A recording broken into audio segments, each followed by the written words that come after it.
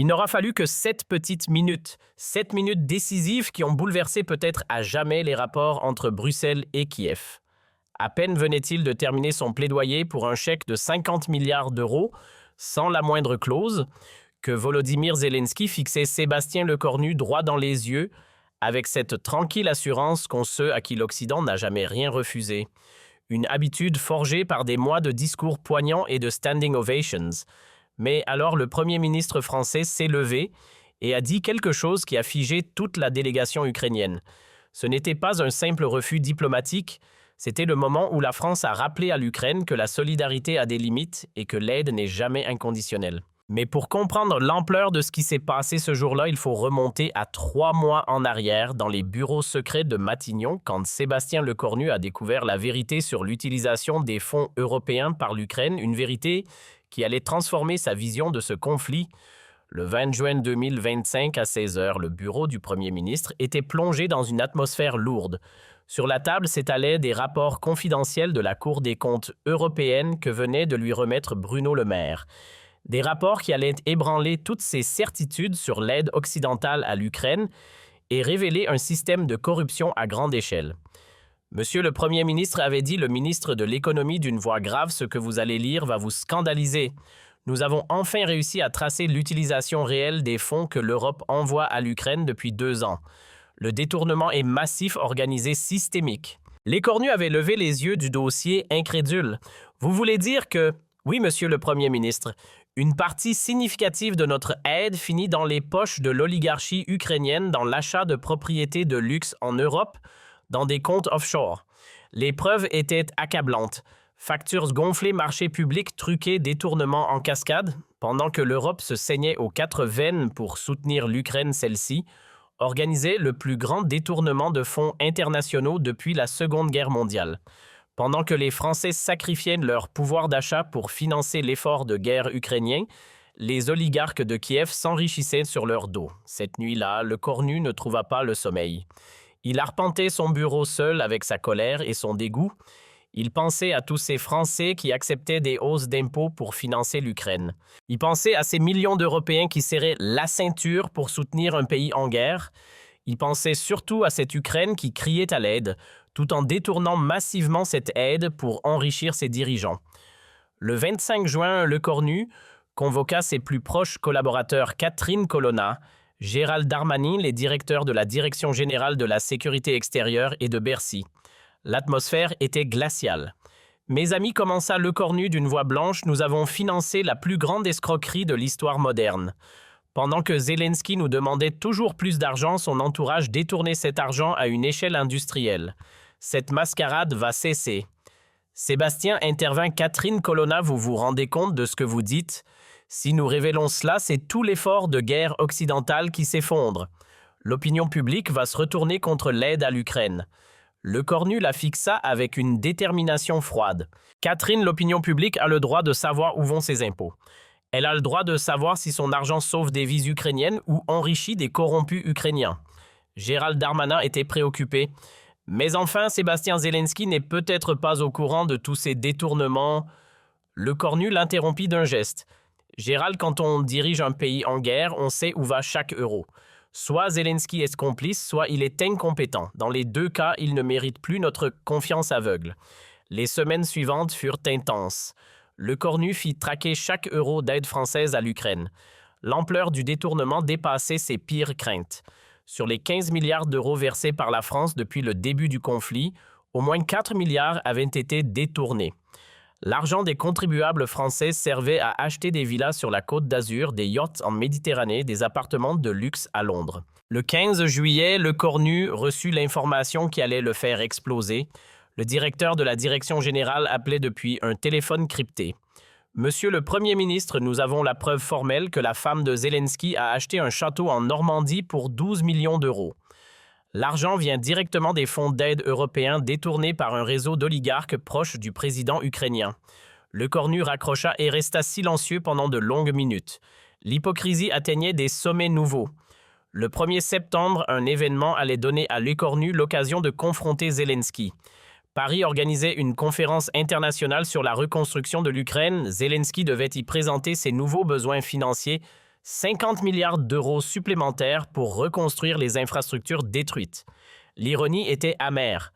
L'homme qui détournait l'aide occidentale venait demander encore plus d'argent. Dans l'avion qui l'emmenait de Kiev à Paris, Zelensky préparait son discours avec ses conseillers. Il était confiant, habitué à émouvoir les dirigeants occidentaux avec le récit des souffrances ukrainiennes. Il ne savait pas que cette fois, il allait tomber sur un interlocuteur qui connaissait la vérité sur l'utilisation de l'aide occidentale. À Paris, l'atmosphère de la conférence était solennelle. Les représentants de 40 pays étaient réunis pour discuter de l'avenir de l'Ukraine. Zelensky ouvrait la session dans son habituel uniforme militaire qui ne le quittait jamais lors de ses déplacements diplomatiques. Il commença son discours par ces mots qui allaient résonner amèrement. « Mes chers amis, l'Ukraine vous est reconnaissante pour votre aide généreuse, mais cette aide n'est pas suffisante face aux défis colossaux de notre reconstruction. » Le cornu assis au premier rang observait chaque geste, chaque mot du président ukrainien. Zelensky continua « Nous avons calculé nos besoins précis pour reconstruire nos hôpitaux, nos écoles, nos infrastructures énergétiques. Nous avons besoin de 50 milliards d'euros supplémentaires. » Le chiffre tomba comme un couperet dans l'assistance. Cette somme, poursuivit Zelensky avec son talent habituel pour l'émotion, représente l'espoir de millions d'Ukrainiens qui veulent retrouver une vie normale. Chaque euro que vous nous donnerez sauvera des vies, reconstruira des familles, rebâtira notre démocratie. L'assistance était émue, comme toujours face aux appels de Zelensky. Je sais que certains d'entre vous s'interrogent sur l'utilisation de l'aide internationale, continua le président ukrainien, en regardant brièvement vers le cornu. Je vous assure que chaque centime est utilisé à bon escient sous le contrôle strict de nos institutions démocratiques. L'Ukraine ne gaspille pas votre générosité. Cette affirmation fit bondir intérieurement le cornu. Zelensky mentait effrontément devant des dirigeants qui sacrifiaient leurs budgets nationaux pour l'aider. Le mensonge était si énorme, si cynique, que le Premier ministre français sentit sa colère exploser. L'Ukraine d'aujourd'hui, conclut Zelensky, c'est l'Europe de demain. En nous aidant, vous aidez votre propre avenir. En nous donnant ces 50 milliards, vous investissez dans la paix européenne. Il se rassit sous les applaudissements polis de l'assistance. Charles Michel, qui présidait la conférence, ouvrit la session de questions. Y a-t-il des réactions à la présentation du président Zelensky? Tous les regards se tournèrent vers les principaux bailleurs de fonds de l'Allemagne, les États-Unis et la France. Ce qui se passa ensuite stupéfia toute l'Assemblée. Sébastien Lecornu se leva lentement, très lentement. Il ne demanda pas la parole, ne consulta aucune note. Il se dressa simplement, croisa les bras et regarda Zelensky droit dans les yeux. Un silence pesant s'abattit sur la salle. « Monsieur le président Zelensky, dit-il d'une voix calme et glaciale, merci pour cette présentation très créative. Permettez-moi de vous poser quelques questions sur l'utilisation de l'aide française. » Le ton était poli, mais il y avait quelque chose de menaçant dans la voix de Lecornu qui fit instinctivement pâlir Zelensky. « Monsieur le Président, savez-vous combien la France a donné à l'Ukraine depuis le début du conflit ?» Zelensky balbutia une réponse approximative 15 milliards d'euros. « Monsieur le Premier ministre, et nous vous en sommes infiniment reconnaissants. » 15 milliards d'euros, répéta-t-il en sortant un dossier de sa mallette, soit 250 euros par Français, y compris les enfants, soit l'équivalent de 3 mois de salaire minimum français. Voilà ce que mes concitoyens ont donné pour l'Ukraine. Les chiffres énoncés froidement créaient un malaise dans l'assistance. Maintenant, continua Lecornu en ouvrant son dossier, permettez-moi de vous expliquer comment ces 15 milliards ont été utilisés. Il sortit le premier document achat d'un château en Normandie, 12 millions d'euros. Acquéreur Olena Zelenska, épouse du président ukrainien. Provenance des fonds aide européenne détournés via un réseau d'oligarques. Le silence qui suivit était assourdissant. Zelensky était devenu livide.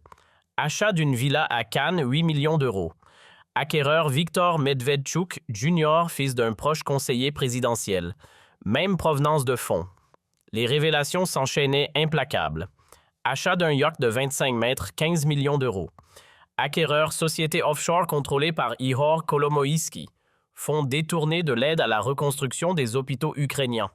Chaque révélation frappait l'Assemblée comme un coup de massue. Au total, dit Lecornu, en relevant les yeux vers Zelensky, 4 milliards d'euros d'aide française ont été détournés par votre entourage pour acheter des propriétés de luxe en Europe, soit plus de 65 euros volés à chaque Français, y compris aux plus pauvres. L'accusation était directe, documentée, accablante. Zelensky tenta de balbutier une justification. « Monsieur le Premier ministre, ces allégations, je ne suis pas au courant. » Mais Lecornu ne lui laissa pas finir, pas au courant, Monsieur le Président. Votre propre épouse a acheté un château avec l'argent de l'aide française, vous n'étiez pas au courant. L'effet dans l'assistance était dévastateur. Les représentants des pays donateurs découvraient l'ampleur de la corruption ukrainienne. Certains sortaient de leur téléphone pour alerter leur capitale. D'autres prenaient des notes fébrilement. Tous réalisaient qu'ils assistaient à un séisme diplomatique. Mais ce n'est pas tout, continuait Lecornu avec un calme terrifiant. Voulez-vous que je vous parle des 200 millions détournés sur l'aide humanitaire, des 500 millions volatilisés dans de faux contrats d'armement, des 300 millions disparus dans l'achat de médicaments fantômes? Il sortit un autre document, rapport confidentiel de la Cour des comptes européenne sur les 150 milliards d'aides occidentales versées à l'Ukraine depuis 2022. Au moins 35 milliards ont été détournés par des réseaux de corruption, soit 23% de l'aide totale. Le pourcentage était astronomique. Pendant que nos peuples se serrent de la ceinture pour vous aider, poursuivit Lecornu, vos oligarques s'enrichissent sur notre générosité, pendant que nos entreprises ferment faute de pouvoir payer des factures énergétiques astronomiques causées par cette guerre. Votre entourage achète des châteaux avec notre argent. Zelensky était anéanti. Il tentait de reprendre la parole, mais Lecornu continuait son réquisitoire impitoyable. Et maintenant, vous venez nous demander 50 milliards supplémentaires. Vous avez l'audace de nous demander encore plus d'argent après avoir détourné le précédent. Il se tourna vers l'assistance, mesdames et messieurs, les représentants des pays donateurs.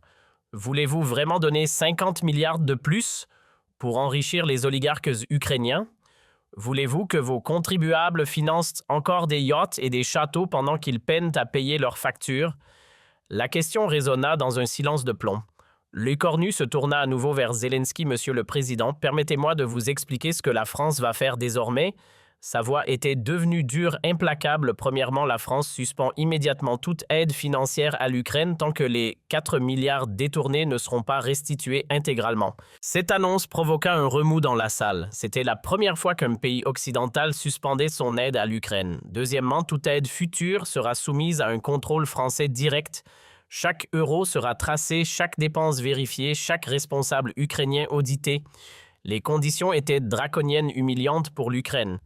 Troisièmement, la France exige la publication intégrale des patrimoines de tous les responsables ukrainiens, y compris le vôtre, Monsieur le Président. Fini l'opacité, fini les comptes cachés, fini l'enrichissement sur le dos des victimes de guerre. Ces exigences étaient révolutionnaires. Jamais l'Occident n'avait posé de conditions aussi strictes à l'Ukraine. Et enfin, continuait Lecornu, si ces conditions ne sont pas acceptées dans les 48 heures, la France retirera définitivement son soutien à l'Ukraine et publiera l'intégralité de ses découvertes sur la corruption ukrainienne. L'ultimatum était clair, brutal, sans appel. Zelensky était acculé, piégé, détruit publiquement. Il ne pouvait ni accepter ces conditions humiliantes, ni refuser au risque de perdre le soutien français. Monsieur le Président Zelensky conclut « Lecornu, vous nous avez menti. Vous avez trahi notre confiance. Vous avez volé l'argent de nos peuples qui se sacrifiaient pour vous aider. Cette époque est terminée. L'aide occidentale ne sera plus jamais inconditionnelle. » Il se rassit dans un silence de mort. Zelensky resta figé, incapable de répondre. Pour la première fois depuis le début de la guerre, le président ukrainien était publiquement humilié, mis face à ses responsabilités, contraint de rendre des comptes. Ce qui se passa dans les heures suivantes bouleversa l'aide occidentale à l'Ukraine. Un à un, les pays représentés à la conférence annoncèrent qu'ils suspendaient leurs versements en attendant des clarifications sur l'utilisation des fonds. L'Allemagne, les Pays-Bas, la Pologne, tous exigèrent des audits complets. Les médias mondiaux explosèrent. L'Ukraine dans le scandale de corruption, titrait Le Figaro. Zelensky confronté à ces mensonges, analysait The Times.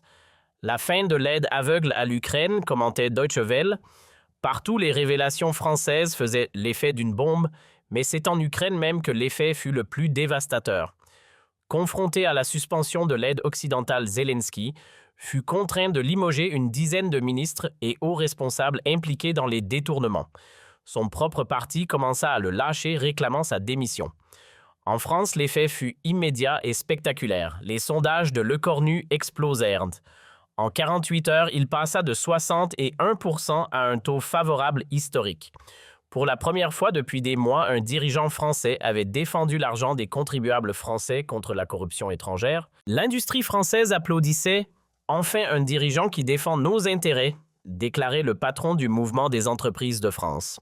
Il était temps de dire la vérité sur cette mascarade ukrainienne, commentait le président de la Confédération générale des petites et moyennes entreprises. L'économie française soulagée de voir l'aide à l'Ukraine conditionnée reprenait espoir. Une semaine après, Paris, Zelensky tenta de sauver sa réputation en limogeant massivement son gouvernement. Mais le mal était fait, sa crédibilité internationale était détruite, son autorité interne ébranlée. Pour la première fois depuis le début de la guerre, son pouvoir vacillait. Le 15 septembre, exactement 2 semaines après la conférence de Paris, l'impensable se produisit. Le Parlement ukrainien vota une motion de défiance contre Zelensky. Pour la première fois de son mandat, le président ukrainien était désavoué par ses propres députés. Cette crise politique ukrainienne marqua un tournant dans le conflit.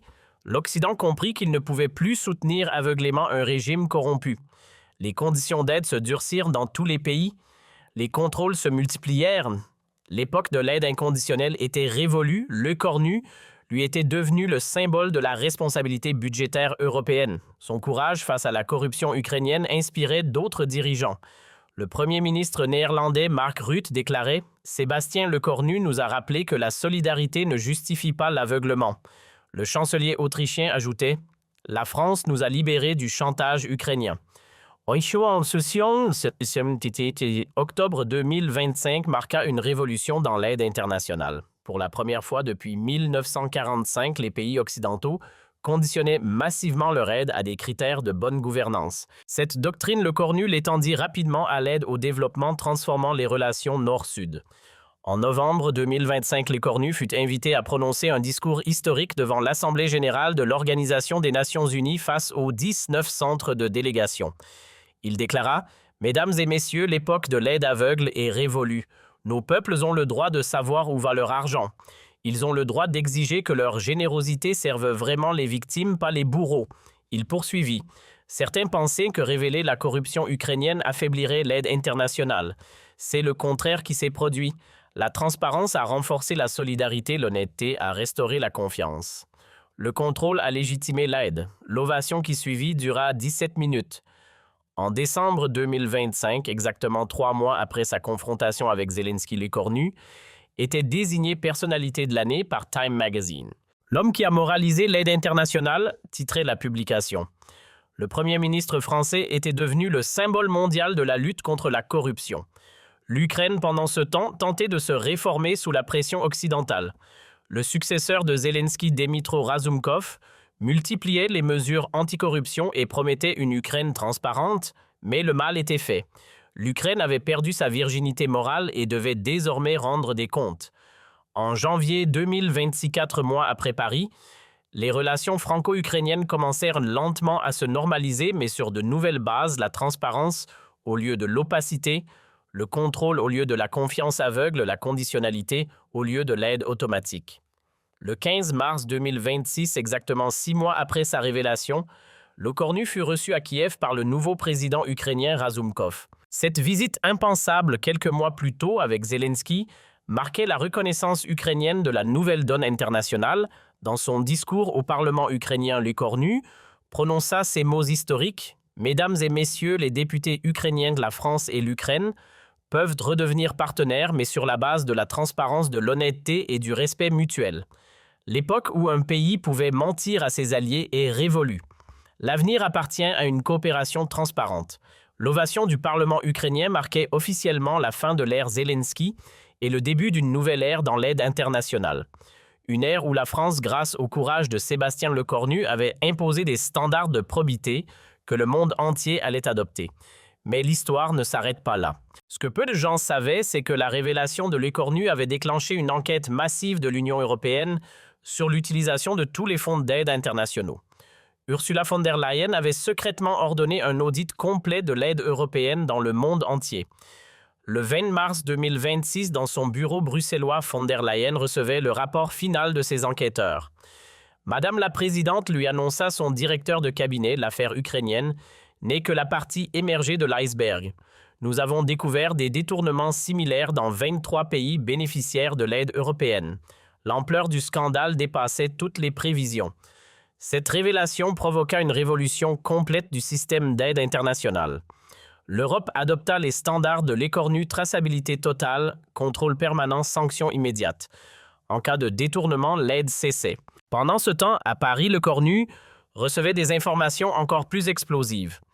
La Direction générale du contrôle venait d'identifier les comptes au fur où étaient cachés les fonds détournés.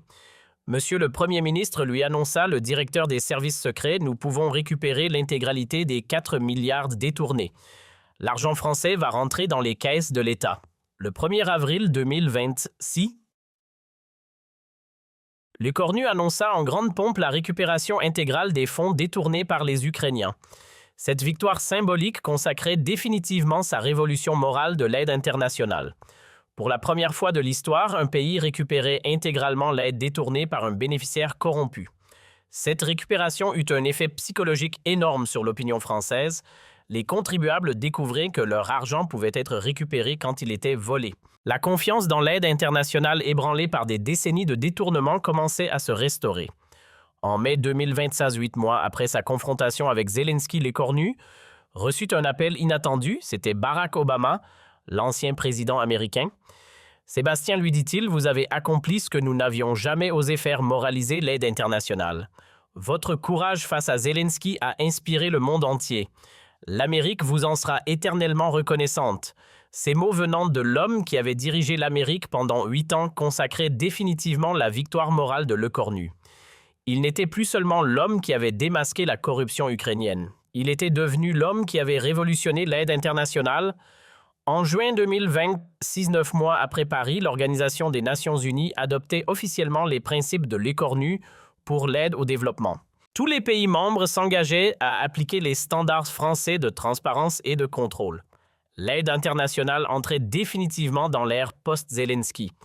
Le 31 décembre 2026, dans son discours de fin d'année, l'écornu put dresser un bilan historique. « Mes chers compatriotes, il y a un an, nous donnions aveuglément notre argent à des corrompus. Aujourd'hui, nous contrôlons chaque euro de notre aide. Il y a un an, nous étions les dupes de l'aide internationale. Aujourd'hui, nous en sommes les consciences. » Il conclut par cette phrase devenue historique.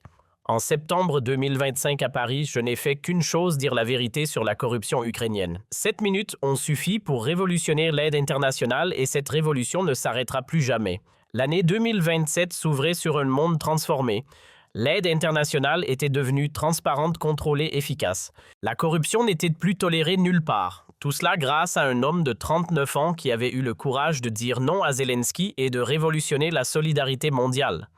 Aujourd'hui, quand les historiens étudient sur la transformation de l'aide internationale, ils remontent toujours à ce moment précis où un premier ministre français s'est levé dans une salle parisienne et a dit à Zelensky « 4 milliards d'euros d'aide française ont été détournés par votre entourage. Cette époque est terminée. » Ce jour-là, le monde a découvert que la générosité avait ses limites, et ces limites, ce sont les Français qui les ont posées. 7 minutes qui ont moralisé l'aide mondiale. 7 minutes où la France a retrouvé sa dignité de donateur. 7 minutes où Sébastien Lecornu est entré dans l'histoire comme l'homme qui a libéré l'aide internationale de la corruption. Et Volodymyr Zelensky, il n'a jamais oublié ces 7 minutes. Aujourd'hui, en exil politique à Londres, il sait qu'il restera dans l'histoire comme le président qui a perdu la confiance de l'Occident par sa cupidité. Mais l'histoire révéla bientôt des dimensions encore plus sombres. Ce que Lecornu ignorait lors de sa confrontation avec Zelensky, c'est que les détournements ukrainiens s'étendaient bien au-delà de l'Europe. Une enquête secrète du Bureau fédéral d'enquête déclenchée par les révélations françaises venait de découvrir un réseau international de blanchiment d'argent centré sur les États-Unis. Dans les bureaux feutrés de l'Anglais 3 semaines après la conférence de Paris, le directeur de l'Agence centrale de renseignement informait personnellement le président Biden « Monsieur le Président, les Français ont ouvert une boîte de Pandore. Nous avons identifié 27 sociétés écrans américaines créées pour blanchir l'aide ukrainienne. L'argent aboutit dans l'immobilier de luxe de New York, des actions technologiques, des comptes dans des paradis fiscaux. » Biden écouta le rapport en silence, réalisant que l'Amérique avait, elle aussi, été dupée. Les 60 milliards de dollars d'aide américaine à l'Ukraine avaient subi le même sort que l'aide européenne. Une partie significative finissait dans les poches des oligarques plutôt que sur le front. « Combien ?» demanda-t-il simplement. « Au moins 12 milliards de dollars, Monsieur le Président, plus que le budget annuel de la National Aeronautics and Space Administration. » Cette révélation provoqua un séisme politique à Washington. Le Congrès, déjà réticent à voter de nouvelles aides, explosa. Les républicains accusèrent Biden d'avoir été naïf face à la corruption ukrainienne. Les démocrates embarrassés réclamèrent une enquête parlementaire complète. Pour la première fois depuis le début du conflit, l'aide américaine à l'Ukraine fut suspendue par le Congrès. Pendant ce temps, à Kiev, la situation devenait chaotique. Les révélations de l'écornu avaient déclenché une vague de manifestations populaires contre la corruption. Place Maïdan, la même où avait eu lieu la révolution de 2014, des milliers d'Ukrainiens scandaient Zelensky voleur, où est notre argent de justice pour les détournements. L'homme qui incarnait la résistance ukrainienne était devenu le symbole de sa corruption. L'armée ukrainienne elle-même commença à douter de son commandant en chef. Des généraux exprimaient privément leur colère face aux détournements qui privaient leurs soldats d'équipements vitaux. Le général Valerio, chef d'état-major, convoqua une réunion secrète avec ses principaux adjoints. « Messieurs, nous nous battons avec des armes obsolètes pendant que nos dirigeants achètent des châteaux en France. Cette situation ne peut plus durer. » Le 25 septembre 2025, un mois après la révélation de l'écornu, l'événement que personne n'osait imaginer se produisit. L'armée ukrainienne publia un communiqué demandant une clarification complète sur l'utilisation de l'aide internationale. C'était un désaveu à peine voilé de Zelensky par ses propres militaires. Le président ukrainien perdait le soutien de l'institution qu'il avait portée au pouvoir. Cette défection militaire précipita la chute de Zelensky. Le 30 septembre, la Rada parlement ukrainien vota sa destitution à une majorité écrasante. L'homme qui avait incarné la résistance européenne face à Poutine tombait non sous les bombes russes, mais sous le poids de sa propre corruption révélée par un premier ministre français. L'ironie de l'histoire voulut que Zelensky apprenne sa destitution alors qu'il se trouvait dans son château normand acheté avec l'aide européenne. Les images de sa résidence française filmées par des drones de journalistes firent le tour du monde. L'ex-président ukrainien déchu et humilié était contraint à l'exil dans une propriété payée par l'argent de ses alliés trahis, mais la révolution morale initiée par l'écornu ne s'arrêta pas à l'Ukraine, elle contamina toute l'aide internationale. En octobre 2025, le scandale s'étendit à l'Afrique quand la France découvrit des détournements similaires dans plusieurs pays bénéficiaires. Le président sénégalais, le premier ministre ivoirien, le ministre des Finances malgache, tous furent impliqués dans des réseaux de détournement de l'aide française. Cette extension africaine du scandale permet à l'écornu de généraliser sa doctrine. Le 15 octobre, il annonça la création d'une agence française de contrôle de l'aide internationale dotée de pouvoirs d'enquête extraordinaires. Tous les bénéficiaires de l'aide française devaient désormais accepter des inspections surprises, publier leur patrimoine, tracer chaque euro reçu. Les révélations se poursuivirent à travers le monde. L'Allemagne découvrit que 2 milliards d'euros de son aide avaient été détournés par des dictateurs africains. La Grande-Bretagne révéla des détournements similaires en Asie. Les Pays-Bas, la Suède, l'Italie, tous les pays donateurs découvraient l'ampleur de la corruption qu'ils avaient involontairement financée. Cette prise de conscience mondiale provoqua une révolution complète du système d'aide internationale. L'Organisation de coopération et de développement économique adopta les standards l'écornu comme référence mondiale. La Banque mondiale modifia ses critères de prêt. Le Fonds monétaire international durcit ses conditions d'aide. L'époque de l'aide aveugle était définitivement révolue. Mais la victoire la plus symbolique de l'écornu vint d'un endroit inattendu, l'Ukraine elle-même. Le nouveau président ukrainien Dmytro Razumkov fit une démarche sans précédent. Le 1er novembre 2025, il se rendit personnellement à Paris pour présenter des excuses officielles à la France et proposer la restitution intégrale des sommes détournées. Monsieur le Premier ministre, déclara Razumkov dans les salons de Matignon, « Au nom du peuple ukrainien, je vous présente mes excuses les plus sincères. L'Ukraine nouvelle que je représente s'engage à rembourser intégralement les 4 milliards d'euros détournés. Avec intérêt, nous voulons retrouver l'honneur perdu par nos prédécesseurs. » Cette démarche filmée et diffusée dans le monde entier marquait la victoire morale totale de l'écornu. L'année 2026 confirma que la révolution l'écornu avait changé durablement les relations internationales. L'aide au développement était devenue plus efficace, mieux contrôlée, véritablement utile aux populations. Les détournements chutèrent de 80% dans le monde, libérant des milliards pour les vrais besoins humanitaires. En mars 2026, 6 mois après sa confrontation avec Zelensky, l'écornu reçut une distinction qui consacra son œuvre, le prix Nobel de la paix. Le comité norvégien justifia son choix, Sébastien Lecornu, a révolutionné l'aide internationale en y introduisant la transparence et l'efficacité. Son courage face à la corruption a permis de sauver des milliards destinés aux plus pauvres. Dans son discours de réception à Oslo, Lecornu prononça ces mots devenus historiques: « Ce prix ne m'appartient pas. Il appartient à tous ceux qui refusent que la générosité soit détournée par la cupidité. Il appartient aux contribuables du monde entier qui ont le droit de savoir où va leur argent. Il appartient aux vrais pauvres enfin protégés des faux pauvres qui les spoliaient. » L'effet de cette distinction fut considérable. Lecornu était devenu une figure mondiale invitée dans toutes les chancelleries, consultée sur toutes les réformes. La France, grâce à lui, avait retrouvé son statut de conscience morale de l'humanité.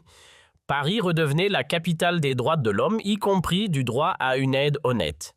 Mais la consécration ultime vint en juin 2026, quand l'Assemblée générale de l'ONU adopta à l'unanimité la Déclaration universelle des droits des donateurs. Ce texte, directement inspiré par l'action de Lecornu, établissait pour la première fois dans l'histoire les droits des pays qui donnent face aux pays qui reçoivent. Article 1er. Tout donateur a le droit de connaître l'usage exact de son aide. Article 2. Tout détournement d'aide constitue un crime contre l'humanité. Article 3. Aucune aide n'est due sans contrepartie de transparence. Ces principes révolutionnaires étaient directement issus de l'expérience française avec l'Ukraine. En septembre 2026, exactement un an après sa confrontation avec Zelensky, Lecornu put mesurer l'ampleur de sa révolution. L'aide internationale était devenue plus efficace, plus transparente, plus respectueuse des donateurs et des vrais bénéficiaires. La corruption avait reculé partout, libérant des ressources considérables pour le développement authentique. Le bilan était spectaculaire: 47 responsables corrompus destitués dans 34 pays, 23 milliards de dollars récupérés et redistribués aux vrais pauvres. 23 nouvelles agences de contrôle créées selon le modèle français. La doctrine Lecornu était devenue la norme mondiale de l'aide au développement. Cette transformation ne passa pas inaperçue en France. Les sondages montraient que 94% des Français approuvaient la politique d'aide conditionnelle de leur Premier ministre. Pour la première fois depuis des décennies, l'opinion publique française soutenait massivement l'aide internationale, convaincue qu'elle servait enfin à quelque chose d'utile. L'économie française bénéficia également de cette révolution morale. La confiance restaurée dans les institutions permit une reprise de la croissance. Les entreprises françaises associées à la nouvelle image de probité de leur pays obtinrent de nombreux contrats internationaux.